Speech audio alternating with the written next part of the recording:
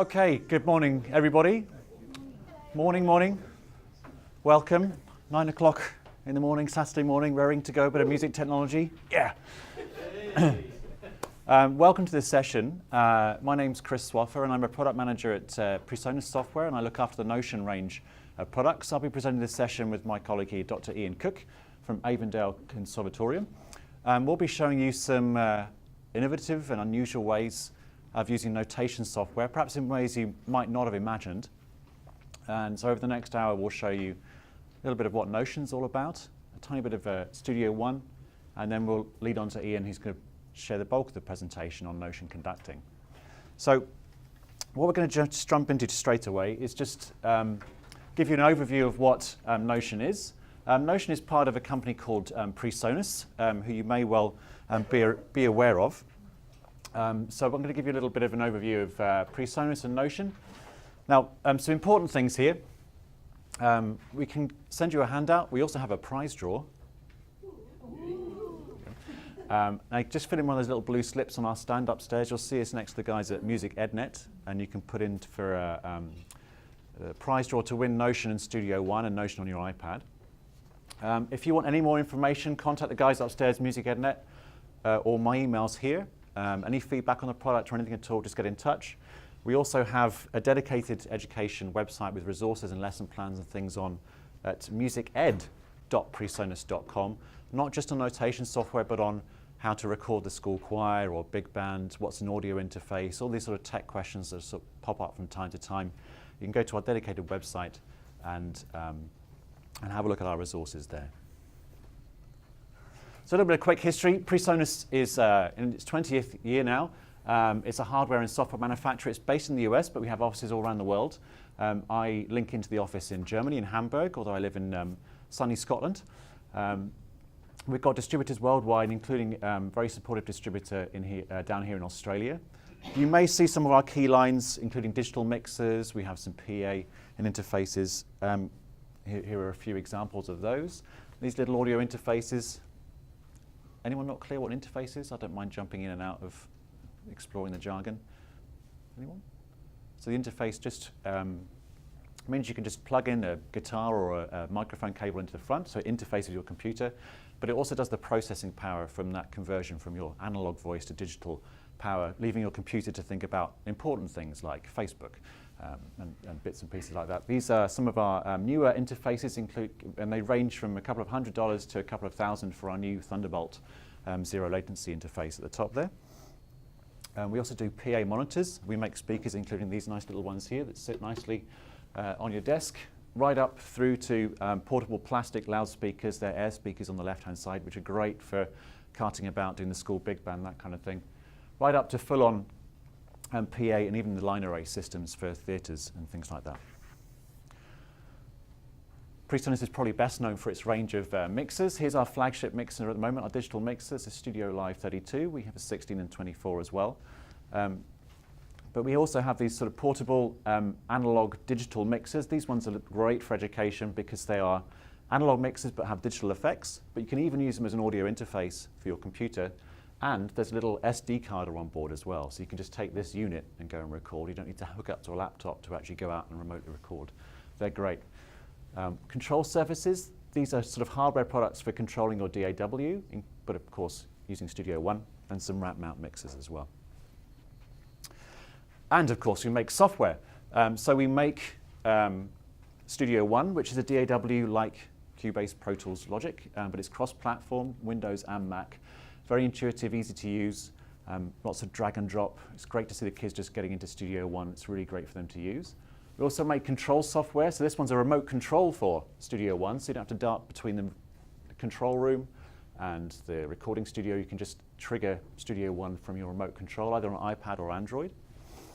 And we also even have remote controls for the mixers themselves. So you can do your mix from the stage and go all around the room that you're mixing in and actually use our remote control software, either on iOS or Android or on your Microsoft Surface, to control the mixer remotely.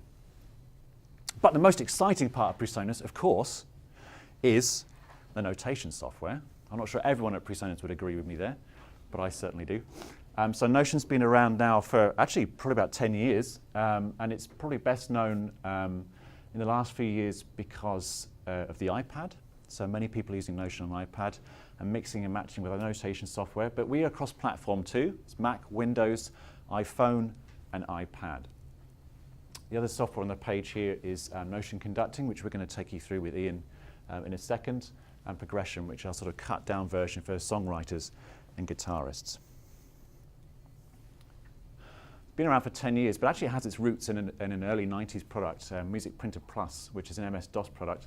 So in terms of notation, we've been around for quite a long time. The key thing about Notion is that we keep rewriting it and keep rewriting it to make sure it's robust enough for live performance. So Notion's the only notation software you actually take on stage and use it live, and you're going to see what I mean there in a second. People have heard about Notion through its acquisition by PreSonus, but Apple have used it in various promotion campaigns, most notably the Jorves global ad, which had Esa-Pekka Salonen composing using Notion, driving around the streets of London and New York. If you saw this one, this is what it looks like.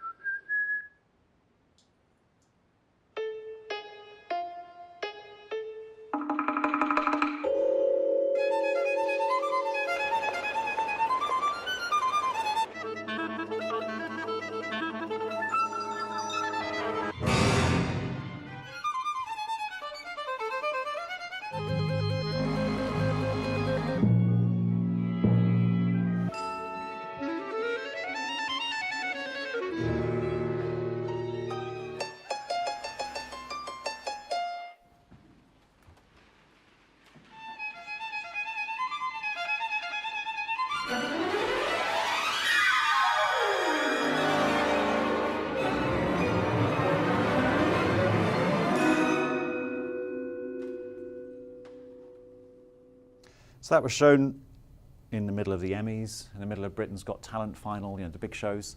Yeah, it's really only Apple that's going to make contemporary classical music cool, and they did a pretty good job there. And Esa-Pekka is this rock star composer, conductor, and genuinely uses Notion on iPad to get his ideas down and get composing. So Apple have used Notion in a number of their campaigns, and we've got a number of notable users around the world. For all kinds of people, from school pupils up to DJs, beatboxers, film composers, people at conservatoires. It's not just an education product, there's professional guys out there using it. So why Notion? It's easy to use. It's got the best sounds out of the box of any notation product. I might be a bit biased there, but you can see what you think. You can use it as a live instrument. As you saw in that film there, you can compose anywhere. I can pull out a part on my iPhone if I'm driving home, if someone needs something transposed really quick. Everything I do there is being synced up with iCloud or Dropbox, and it's waiting for me on my desktop computer when I get home. This sort of synced up modern workflow way of working is only really possible with Notion in this way. We have handwriting recognition built in, which I'll take you through, and we have very tight integration with the Studio One product that I showed you a little bit earlier. It's the great thing about PreSonus that we try to make all these things work together as an ecosystem. So we've got this integration with the rest of the product line. It's a modern product, modern code, but it's quite mature, so we've got very deep features. It's a one-off purchase, it's not a subscription.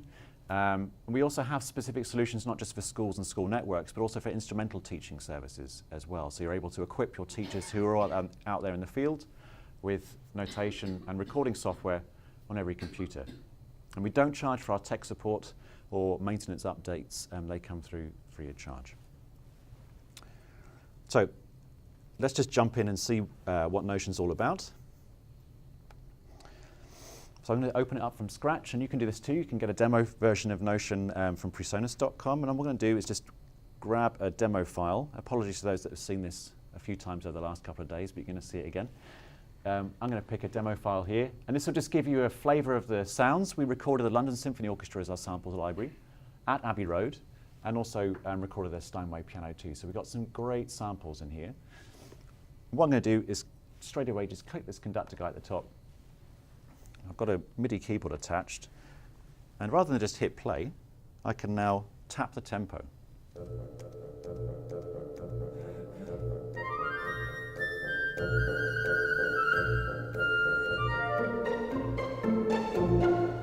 So I have the whole of the London Symphony Orchestra under one finger, which is honestly just like real life.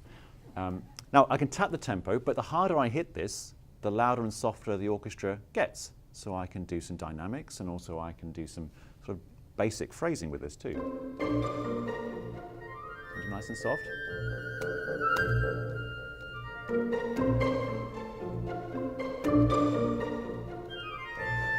When I get to a tempo I like, I can just set it going, different key. So I don't have to tap my way through the nutcracker if I don't want to.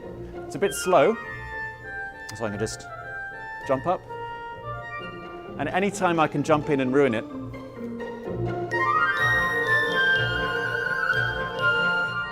And I can fade out.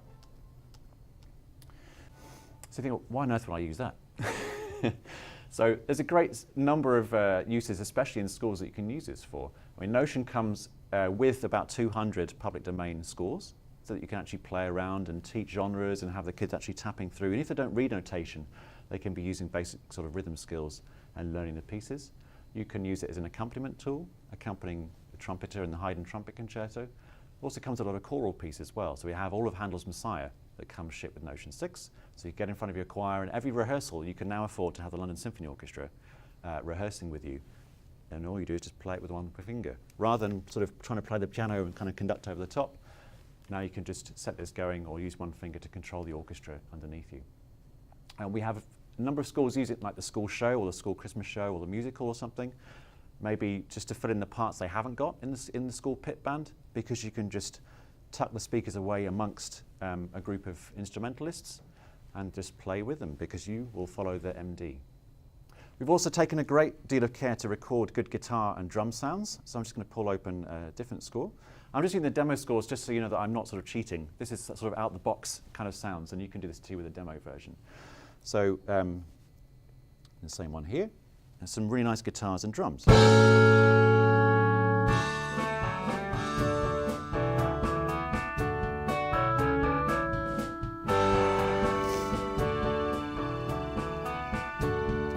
Now, if this was the school show, I'm only human, well, almost, and I might get lost. So I could just fade out gradually. I can navigate my score, and I can wait for the nod from the MD, and then. Now, what if something happens? You know, there's a guitarist here. They tend to want to take a few more bars for their solo, as they always do. Or what if it's a school show and Peter Pan gets stuck up in the wings? You want to have a bit more control over the score rather than just sort of advancing it forward with every beat.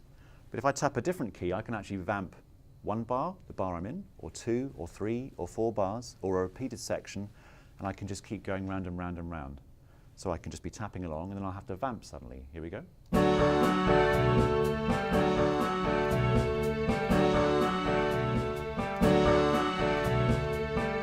How much time we got? I could do this all day. Do you want to do it more? No? So I can actually do this in real time. So I've got absolute control over the live performance at my fingertips. Now, that's all live, and that's fantastic, and people have used this professionally as well. Meatloaf used this on tour, and so we had this live at the Albert Hall, which was fantastic, because for them it meant that they didn't have to sync to a synth string track every single night at the same tempo. Everywhere they went, they had to sync to this tempo every night. They switched to Notion, and that meant they could push the tempo one night, sit back on another night, give the guitarist another 8 bar solo, all live, depending on how they feel in that live environment. So that's really a cool thing. Now, Notion has unfortunately remembered all my tempo changes there, and I could burn this performance now to an MP3 or a WAV file. So especially for students submitting their compositions, rather than just hitting play and burning to CD, they can now submit their performance. So they have much more ownership over how the thing sounds and plays back. They can perform it, get it to how they want it, and then burn that performance as an audio file. And in the same way, you might want to share your tempos of Messiah with your choir.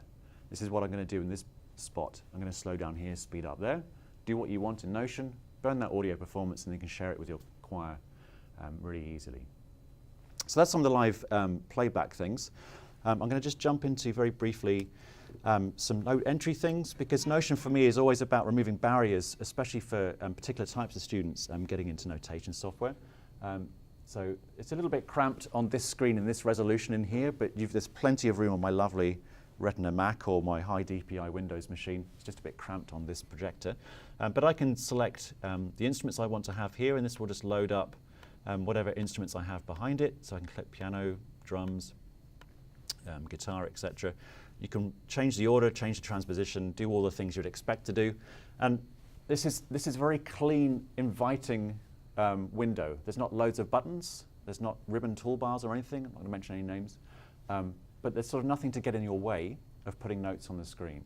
And that's great for a student because they come along and think, okay, great, I don't have to go into a certain mode to write anything. I can go, I've got a mouse. This looks like a rhythmic duration. I could just click it on. So you can click the notes on. That's very easy. It's very slow. Of course, there's lots of shortcuts and things you can use. I'm just changing the rhythmic duration with the numbers on the top of my keypad. If I go into step time, I can write A, B, C, D, F, G on my QWERTY keyboard. I can use the on-screen piano to write notes in. For guitars, I can use the on-screen guitar.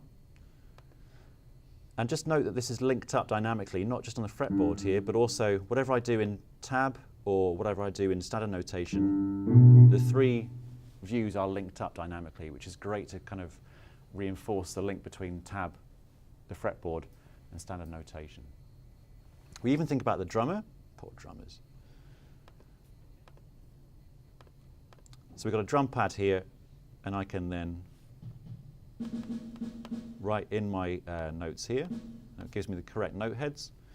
Or if I can't do that, I can just grab one of the templates, funk, and then just Control D and duplicate it, and now I have a great sounding drum part.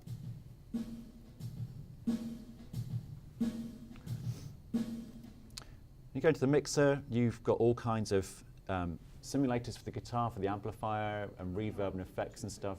You can play with all that stuff. So certainly for those guitar and drum students that are sort of left out by the notation software, they can hit play in this one and go, oh, that's actually pretty useful. Yeah? Just interrupt you for 2 seconds. Could you just show us the notation part of drums and how easy it is to put the hi-hat on top of the bass and snare? Yeah, so if we go in first of all, so I'm just going to give you a basic rock bit that I'm going to do. So I'm going to click the pencil, and you've got the rhythmic durations here. The thing I could just use keyboard shortcuts for. So I'm going to click quavers, click back, go to voice 2. I can do, oops. And then these note heads can just change round, and every time you use a different note head, it changes the sample to, like, you know, rim shot, cross stick, on the bell, whatever. So you get different samples back. That's drums. You can drop in chords, build up your own chord libraries at the bottom there. You can attach audio for transcription, so I can actually attach an audio file to the top. I can attach a video, so I can actually write a picture. Yeah. Sorry, is this all available on the app or not? This is Windows and Mac, what I'm showing you now. I'm just about to make the jump to the iPad version. Okay. Yeah, and I'll tell you there. Yeah, so you can write a picture, you can add the video, write a video because Finale's just taken their video window out, whereas we have ours in Windows and Mac. You can write a picture. There's loads of great ways of getting notes in. The other thing, just to, as I'm going to jump to iPad now, is you can use handwriting recognition. So I can click the pencil here. Now I can't really do it very well on Mac, but just rest assured it's in Mac and Windows. So if you have a Windows tablet or Windows Surface, you can write in. Now Mac don't have a touchscreen yet on their Macs. I don't think they're going to either. So I'm just going to jump over to my iPad, and I can show you the handwriting recognition here. So this is the iPad version. So most of the other things you can do, what I've just shown you, is in here. Apart from the live playback, you can't do the live playback in the iPad version. And so a lot of the deep audio stuff you can't do in the iPad as well. But you can, anything you can do in desktop, you can bring over to the iPad, but they are standalone apps, so you don't need one to make the other work. So I've got my pen selected. So I'm just going to zoom in. And I can rest my palm on the iPad screen because it has palm rejection. And I can just get writing on here. So I can write, and after I've stopped writing for a little while, it just turns into digital notation. If something goes wrong, I can just scribble over the note head, which feels really quite therapeutic, and then over it goes. I can write accents, You can change the time signature. You can write slurs. So you just write generally into the app. Now the handwriting recognition is kind of a cool thing, you know, of the age of notation software, but there's a reason we invented notation software, because actually this is pretty slow for writing in. You know, when you can really get going with shortcuts and the MIDI keyboard, that's pretty a fast way of getting in. You're using both hands. I mean, there is something very nice about focusing your attention to the end of the pencil, and you're really thinking about what notes and what articulations to add. So there's a benefit to that definitely for pupils.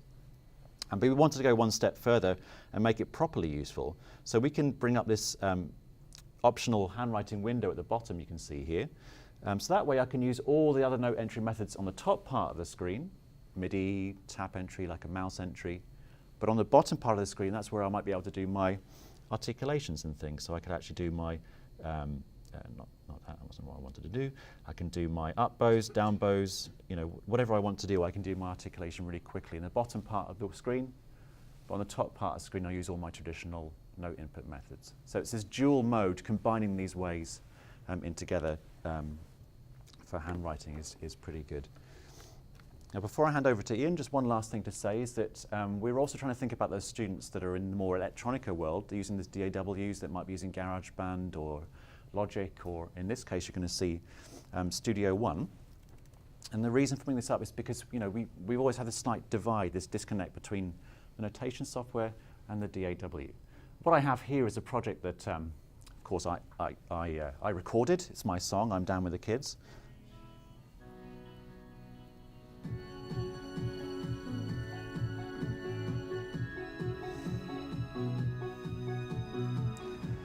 So someone might come to me and say, okay, can you add some horn parts, some string parts to that, please? And I go, okay. And they might, I might want to then attach the audio into my Notion score. So what I can do from Studio One is send to Notion. And I have some options here. I can send this project over to Notion either on this computer or anywhere on the network. I can choose to send what I'm going to send it. So in this case, I'm going to send the audio and press send. And that's going to now just basically bounce what you've just heard as an audio file. I'm going to package it all up and then magically send it over to Notion, where it's going to attach that audio file that it's made into a brand new score. I'll just talk slow enough for that to happen. And so here it's set up a new project. Now this text here is the actual name of the audio file. And anywhere I click here, I can actually hear the audio coming through. So that's great for transcription, so I can add my horns and strings to this and do my arrangement. It's also sent the tempo track across as well, which is brilliant. So that's Notion playing that audio file, and I can add the instruments I wanted to do, strings, etc., and do my arrangement. But that original song already had some instrument notes, some MIDI, already in there. So I want to grab this information here, which I found, violins, violas, and cellos on the left here. I want to send that data over to Notion so I can make a better start on my arrangement. So to do that, I send to Notion again, send note data of those tracks. I want to add it now into the document I've already made. So that's now sent and added all that note information. It's also set up all the instruments with the right clefs and transpositions if appropriate. And I can start cleaning this up and then just getting my notation out. So I can make some changes, which is great, and then print my parts. But I've made a change there, which has not been changed back in the score. But what I can do is just keep throwing data backwards and forwards and updating these documents. So I can send the notes back to Studio One, and now that's updated those changes. And I can keep going and throwing data backwards and forwards between Studio One and Notion, updating each document and each project as I go. That's a very brief overview, and that might have just thrown a lot of stuff at you, but I will be here the rest of the day, sat in the booth upstairs. So I just wanted to give you a few key ways why Notion is different from other notation software, and how we are sort of getting students and using notation software in very different ways. And what I'm going to do now is just give you the overview of the site license, because we've made it very easy for schools to pick this up. You can now put Notion and Studio One on every single computer in your school, whether you have 200, 20 computers, 2,000 computers. I basically went around and asked people what annoyed them about other site licenses for music software, and we just made sure we didn't do that. So there's no subscriptions, There's no licensing dongles to lose. We don't charge for tech support. There's no charge for maintenance updates. There's no hassle having to increase the number of seats if you get another computer. We don't mind how many computers you have. It's cross-platform, it's Mac and Windows. As I mentioned before, we have all these resources on our education website. We do support instrumental teaching services with these licenses, and we have all the integration between our hardware and our software. You can't buy the PreSonus site license from us direct. You must go to your local expert dealers, and we're here at the conference with Music EdNet, and they can help you out. And the prices for these unlimited licenses in the right-hand column here. So you could put Notion 6 on every single one of your computers at school for $1,600, no matter how many computers you have. So that means you could put Notion in the libraries, in the common areas, wherever you want to put it. It just means that wherever the kid wants to compose, they can get to a computer and have Notion on. You're not worried about, oh, we've got 22 computers and 21 of them are already in use, and you don't have to worry about it. Studio One Pro is just under $4,000, and then the bundle together saves about 20%, and it's just under $4,500 to put a professional grade DAW and Notion 6 on every single computer in your school. Now, of course, these things are available separately. Notion 6 for a single user about $220, $230. Studio One Pro, you get an education discount, it's about $300, and Notion on iPad is $22. I will send you this if you drop us your details at the end of the session, don't worry, but come and talk to us afterwards. So I'm going to just jump over now to introduce Ian, who's been using our playback things that I showed you before. We've bundled that into a completely different product called Notion Conducting, the book you have in front of you, and I'll hand over to Ian Cook to take it from here. Thanks, Chris. Well, I've been using Notion Conducting for the last 3 years. It's only been available in Australia for that period of time. I first saw it at a conducting conference in America, the American Conductors Guild in Toronto in 2004. And the reason for this is that some of the scores in the package were still under copyright, and we were in that 20-year copyright period. So unfortunately in Australia and England, they weren't allowed to sell it, but it was very popular in America. And we'll show you a very short video during the presentation of how it's used at Berkeley College, where it's certainly been one of its key supporters since it was introduced back in the early 2000s. What appealed to me so much with this program, that you could have a live ensemble, and I first used it in an undergraduate setting at my last university, which was the University of Newcastle in the School of Creative Arts. We could get together a group of students, and each time we did that, it was around about 32, 33 students for a compressed course that lasted for 6 or 7 days, and was very much modelled after the European conducting schools, and I thought that was a great way of delivering it rather than on a weekly basis, although this year at Avondale College, where I'm now teaching, we've actually used it on a weekly basis. There's some advantages in that, but also the compressed delivery is very good. So, to tell you a little bit about Notion Conducting, we'll talk some of the features of it, and then we're going to actually get you to come and try it out.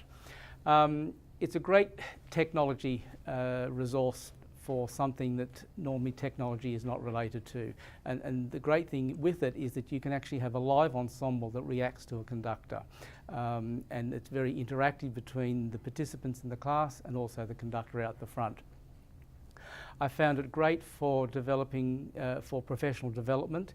In New South Wales, starting I think this year or was last year, all teachers for 5 years out have to do 100 hours of professional development per year. And I think that's going to be rolled out to every teacher in the next couple of years. And we've now put up a professional development course, which I'll show you a little bit later on in the presentation, with NISA, and it was approved in 5 weeks. Even the Deputy Director of NISA, of Professional Development, rang us and said, this is a fantastic course, we're going to rubber stamp it now. We trialled it in Tamworth at the beginning of the year, and we had wonderful feedback, so we tweaked our first presentation. The great thing with it, it's a 6-hour delivery, and then if we add another set of content, we can then take another 6 hours, and we've got it planned for roughly up to 3 offerings, so a teacher would actually get 18 hours under that system. It's also very good for elementary conducting classes, and I used it in a undergraduate tertiary context, which went down very well with wonderful student feedback. And I've also used it for one-on-one. I've got about 5 students at home now that actually got through the whole program. I've had another student who is now doing his Masters at Tasmania Con with Johannes Fritz, and it's really set him up great to move on to the next stage. As I said, the great thing with it is it gives you a live ensemble. You've heard from Chris the sounds of the London Symphony.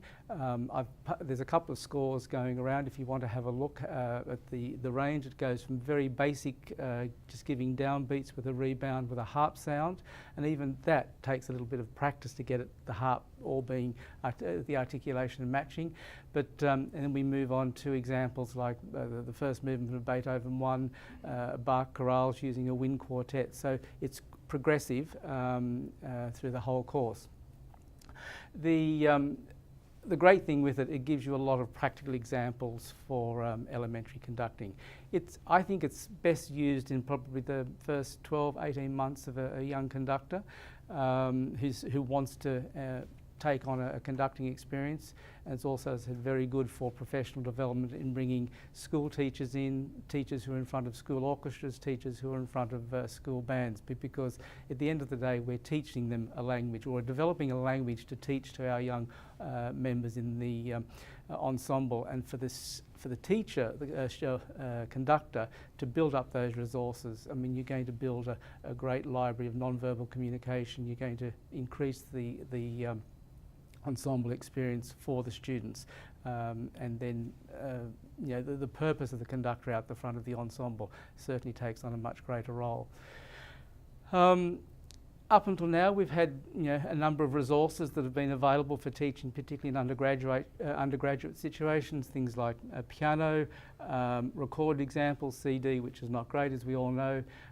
For a while I used the Joseph Labuta book, Basic Conducting Technique, and the Hands-on Approach to Conducting by Anthony Maiello, which was great. I mean, we could use students in the class who played any instrument, and we could put together a 4-part arrangement of all the score transpositions. It was great at the very early stages, but I think the Notion conducting curriculum really does go way beyond that now. And once students got past that, I used to use some of the chamber ensemble examples, the Schoenberg arrangements, if you don't know about those. They're wonderful. They're large orchestral works reduced down to chamber proportions, but you're still needing a lot of players, live players, to do this. And with a novice conductor, an elementary conductor, they're being put in front of an ensemble maybe a little bit too early, where through the Notion conducting they can be actually working with their peers, because everyone in the ensemble is actually in the same boat. So there's this interaction, and if you muck up, say, bars between 10 and 16, you can keep on going back until you get it right, till you get the cueing right, till you get the dynamics. You can develop right-hand technique, you can develop left-hand technique in a very relaxed atmosphere until you get to that point of going in front of a live ensemble. So, as I said, the alternative was the Notion conducting curriculum. As I said, we can use it in a compressed delivery mode in undergraduate tertiary. We can use it on a weekly basis. We can also use it as a one-day professional development course, and also for small group and tuition. The great thing is that with students, they can go away and practice with each other. You only need 2 people, one tapping the rhythm and one doing the conducting. And even if that's not possible, you can press the space bar. Admittedly, it is metronomic, but you can actually practice at home with the playback. You've got no control over the tempo until you have another party involved. But the great thing is, as you saw with Chris's price list, it's also very inexpensive. It's about $140 for the workbook and the software. You can put it on 5 computers, but with my students, I didn't tell them that little bit, because I want everyone to own the set of scores, because it's very good value. To share around the scores is not a great thing. One of the things great with this, just like Notion 6, you can add the MIDI keyboard. So if you add a MIDI keyboard to the laptop, you can control dynamics, you can also control phrasing and articulation to a certain level. And that's a great way of looking at other things. You can also program wrong notes into a file. So if someone plays an F sharp and it should have been an F natural, the conductor has to pick up those little things which, you know, it's one of the oral responsibilities of the conductor, of listening to things like that. So you can actually program that and save the file as well. This is just an example of a professional development course that we've put up for NISA in New South Wales, and we based that on a trial run earlier this year. It's a 6-hour presentation. The first hour we went through a lot of basic things with, so we were all on the same level. Fair enough, it might be very basic for some of the participants, but I think we had 12 in the group in Tamworth, and so we kind of got through various basic things. Then the next hour we looked at the role of the baton and starting to use beating frames, the use and the purpose of the right hand and the left hand, and basic time pattern conducting patterns. And then over the next 2 hours and the following 2 hours, we had interactive workshops using the exercises first and then incorporating 1 or 2 pieces of repertoire.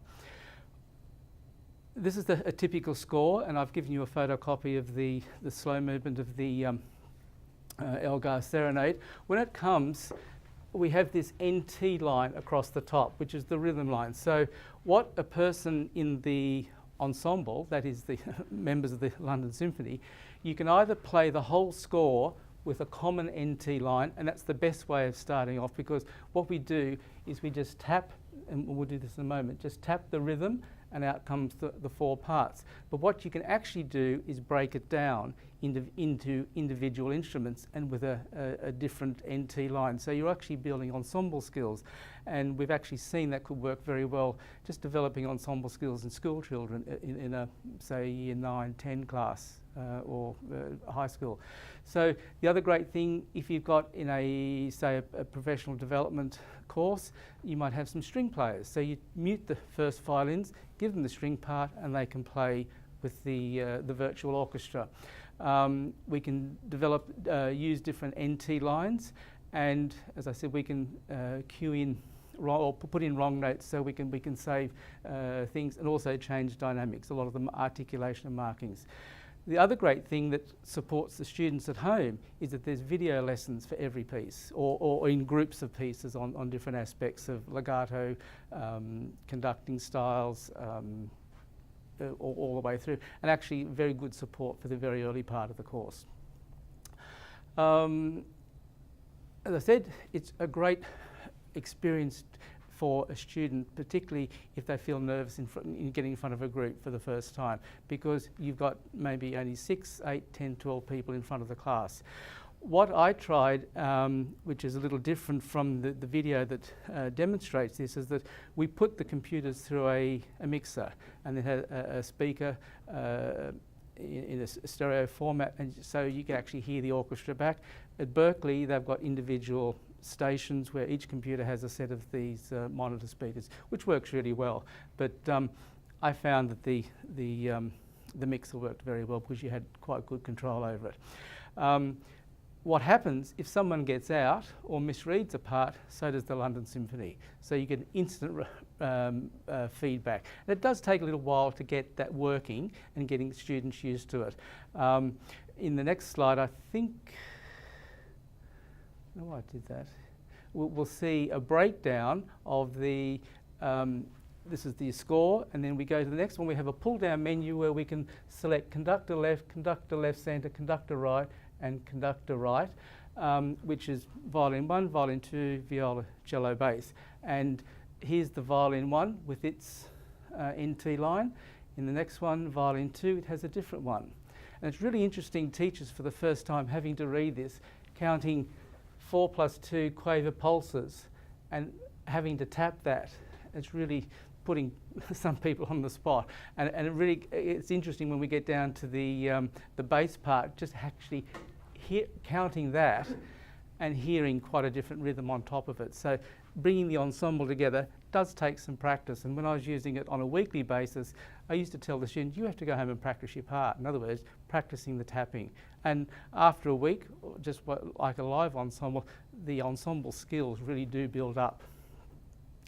So the MIDI keyboard, when it's added, takes the keystrokes, which we just normally use on the A line. You can tap any of the keys on that, and that's what will make the rhythm work. And the other great thing that that you could use this program for, if you're in a small tertiary institution, you might want to give students an orchestral experience, and you might only have a handful of instruments, so you can mute various instruments that you do have, and then put a combination of virtual and acoustic instruments. As Chris said, he's conducted Handel's Messiah with the whole package, but then if you have a group of, say, you might have half a dozen violins, where you could turn off the first violins, give them the first violin part, and then you use a combination of acoustic and live instruments. So what I'd like to show you first of all, it goes for about 4 minutes, is just the whole overview package, but I think it's actually on YouTube, so you can actually follow it up at another time, but this gives you a very good example of, or an idea of how Notion has worked. And admittedly, this is in a tertiary context. I believe at Berkeley, everyone in first year undergrad has to do a Notion conducting course.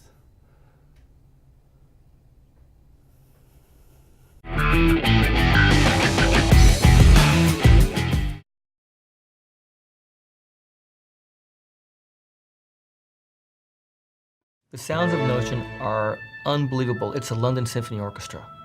My reaction was, wow. Notion's like playing with a real orchestra. There's no tool for teaching better than that. It gives us a sound of live music or live ensemble. Extremely valuable to teach people how to lead an orchestra. Notion is crucial for the development of good conductors quickly.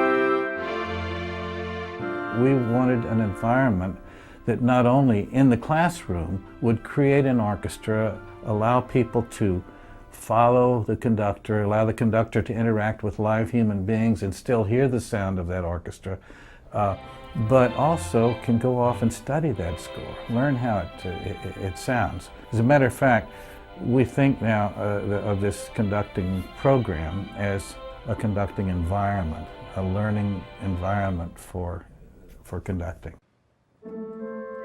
I think the hallmark of a Berkeley education has always been that our students learn by doing.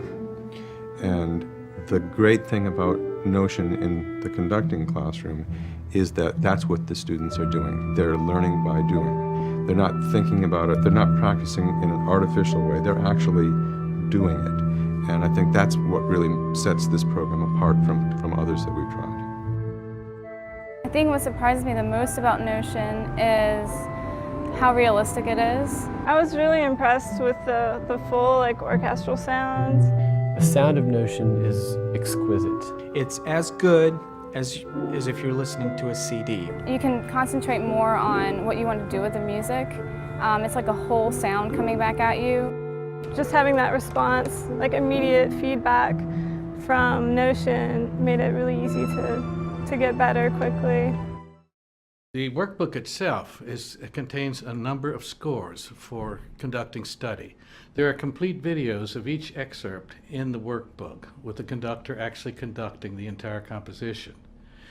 Then there are instructional videos which show things like how to hold the baton, how to give the different beat patterns, things like that. So the workbook progresses logically from easier pieces all the way to the most difficult piece, which is a Puccini aria.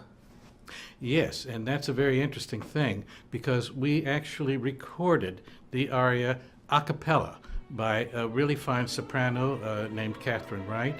The conductor now has to follow the voice, but at the same time control the players, and which is very much like what happens in an orchestra pit during an opera performance. And that's quite a difficult experience for the first time, because they really have to spend a lot of time understanding what Mimi's aria is all about. You can control the first beat, but the rubato between bar line to bar line is, she controls it, then you have to read that and then communicate to your orchestra. So what we're going to do now, this is a very simple exercise where a conductor leaves their baton on the stand. So, have you got this set up, Chris? Yeah. Okay, what we're going to do, I'm just going to give downbeats, and you'll hear the articulation of the harp, and you can move the speed around.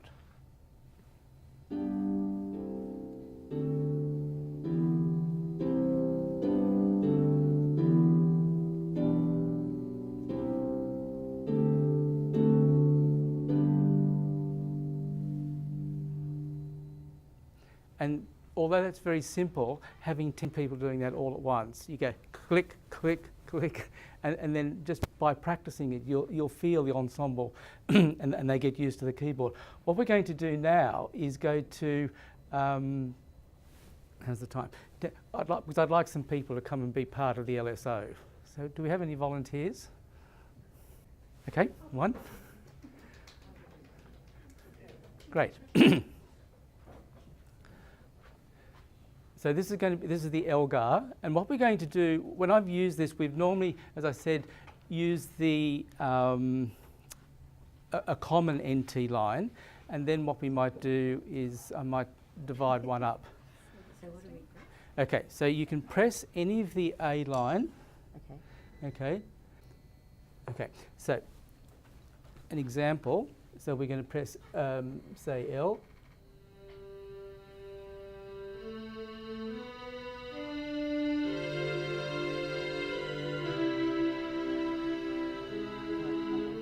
Okay, and then we can go back with our back arrows. Okay, and I'm going to conduct it, and you're going to have to follow. Yeah. Yeah. Okay, that's only an example. This is not a live example. Okay, so you're going to have. Are you doing it?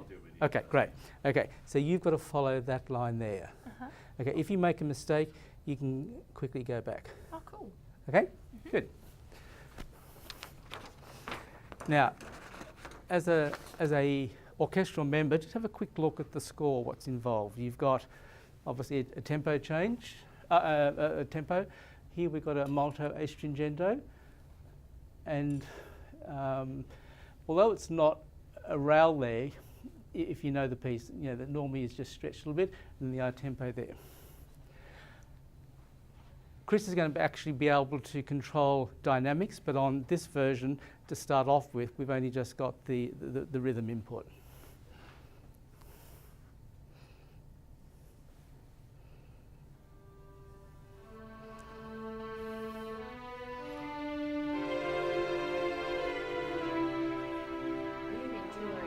I'm in 4. Yeah. Isn't it in 2? Quaver equals. Okay. So straight back. So conducting Yep. quavers in 4. Yeah, I should have actually said that before we start. Okay. It's not as easy, and once you get used to it, it's fine.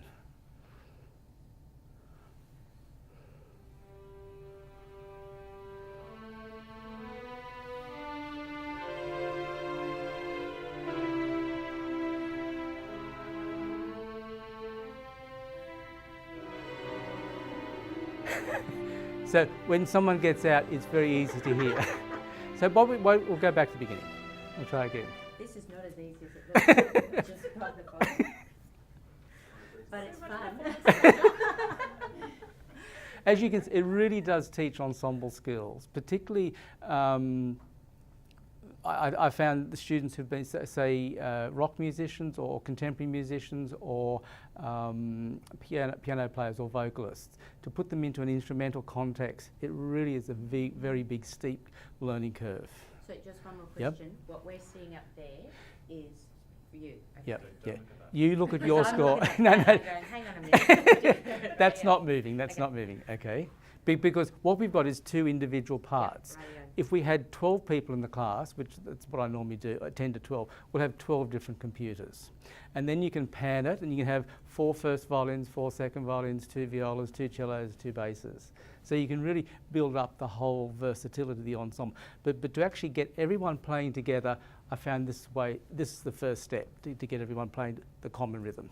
So my next question Yep. is, do you have to hold the key No, down? Oh, so just tap. Yep, okay. yep. Don't have to hold the key. I suggest you don't look at that. Yeah, Look at don't your look at score. that. Look at your It's score. easy. Is that?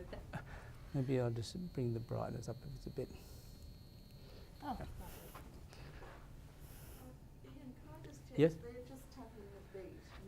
No, they're tapping the rhythm. Okay, they're but yeah, but they're seeing it on their screen. This is just a snapshot. If people want to come down and watch, please do. Yeah. Oh, okay, that is moving. So the line's moving. Oh, okay. Sorry. My mistake. Same up there. Yes. Okay. But if you want to come and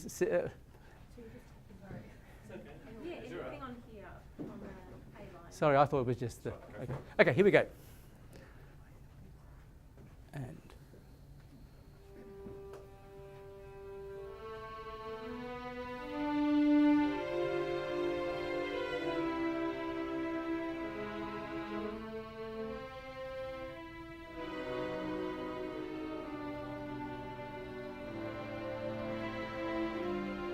Now we're moving it for.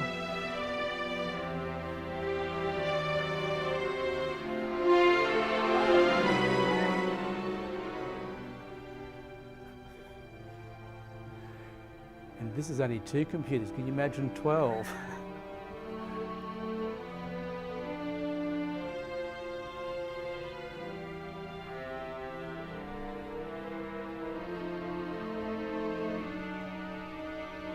It's great having MIDI keyboards on the violas because even keyboard violas start to get a bit of interest.